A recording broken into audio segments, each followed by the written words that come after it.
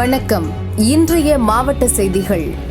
தமிழகத்தில் பெஞ்சல் புயலால் பாதிக்கப்பட்ட மக்களுக்காக கிறிஸ்துமஸ் பண்டிகையை முன்னிட்டு ஊட்டியில் நடைபெற்ற கிறிஸ்துமஸ் தாத்தா பவனியில் சிறப்பு பிரார்த்தனை நடைபெற்றது. ஊட்டி தாமஸ் ஆலயத்தில் துவங்கிய பவனி சென்ட்ரல் பஸ் ஸ்டாண்ட், மணிகூண்டு, கமர்ஷியல் சாலை உள்ளிட்ட நகரின் முக்கிய சாலைகள் வழியாக தூய இருதய ஆண்டவர் பேராலயத்தில் நிறைவடைந்தது. இதில் ஏராளமான கிறிஸ்தவர்கள் துதி பாடல்களை பாடி ஊர்வலமாக வந்தனர்.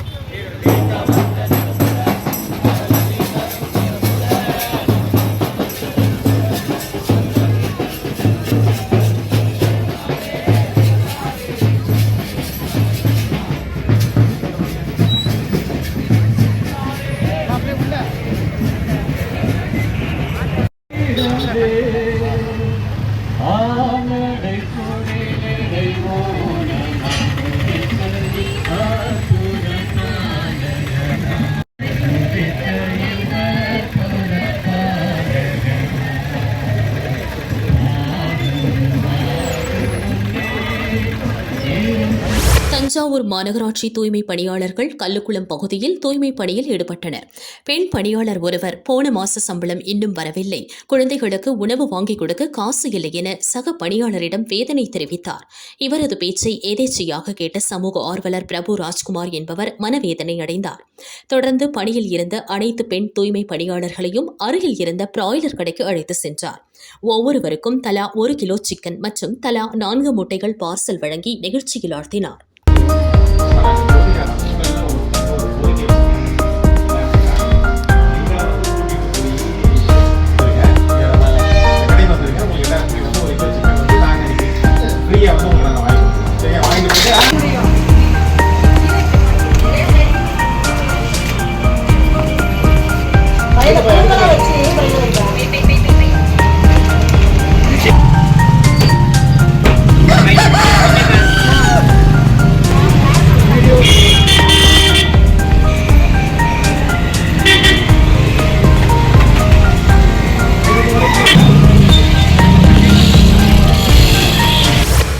மாவட்டம் பந்தலூர் பகுதியைச் சேர்ந்தவர் டேனி பவுல், வயது 43.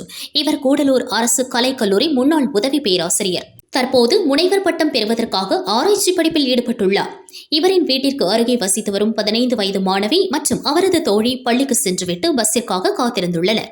அப்போது காரில் வந்த டேனி பவுல் மாணவிகளிடம் தான் வீட்டிற்கு செல்வதாகவும், காரில் ஏறுங்கள், வீட்டில் விடுகிறேன் என்றும் ஏற்றி சென்றுள்ளார்.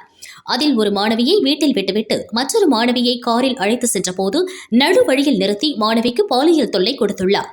இதில் மாணவி சத்தம் போட்டு கார் கதவை திறந்து இறங்க முற்பட்டுள்ளார். காரின் பின்னால் வந்த ஆட்டோ டிரைவர் ஆட்டோவை நிறுத்திவிட்டு மாணவியை மீட்டு அவரது வீட்டில் கொண்டு போய் விட்டுள்ளார். இதுகுறித்து மாணவியின் பெற்றோர் தேவாலா மகளிர் போலீசில் புகார் கூறினர்.